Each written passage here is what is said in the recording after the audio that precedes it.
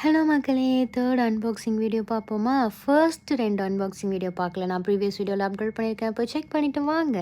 So, இப்ப வந்து நான் என்ன அன்பாக்ஸ் பண்றேன் அப்டி சொல்லி பார்த்தீங்கன்னா, நான் வந்து ஃபர்ஸ்ட் ஷாப்பில வாங்குன ப்ராடக்ட்ட தான் வந்து இப்போ அன்பாக்ஸ் பண்ணுறேன். என்னன்னா, ஷூ ரேக். அதாவது வெளியில வைக்கிறதுக்கு. இது வந்து நாங்க கடையிலலாம் போய் கேட்டோம். ஏன்னா, இந்த ஹவுஸ் வந்து நாங்க ஃபர்ஸ்ட் ரெண்ட் எடுக்கும்போது, ஹோல் யூனிட் தான் எடுத்தோமா, அப்ப வந்து நெறைய திங்ஸ்லாம் வந்து இல்லவே இல்ல. அதனால ஒரு சில ப்ராடக்ட்லாம் வந்து நாங்க தான் வாங்கி வைக்கிற மாரி இருந்துச்சு.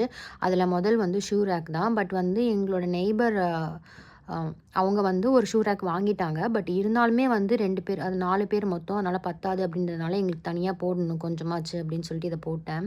இது வந்து நான் வவுச்சர்ல கிளைம் பண்ணிட்டேன். ஷாப்ல போய் கேட்கும்போது $13 சொல்லி சொன்னாங்க.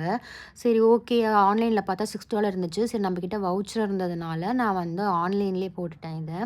ஸோ பிளாஸ்டிக் வந்து ரொம்பவே குவாலிட்டி கம்மியா தான் இருந்துச்சு. நான் மாட்டும்போதே வந்து பட்டு பட்டுன்னு 2, 3 உடைச்சுட்டேன்.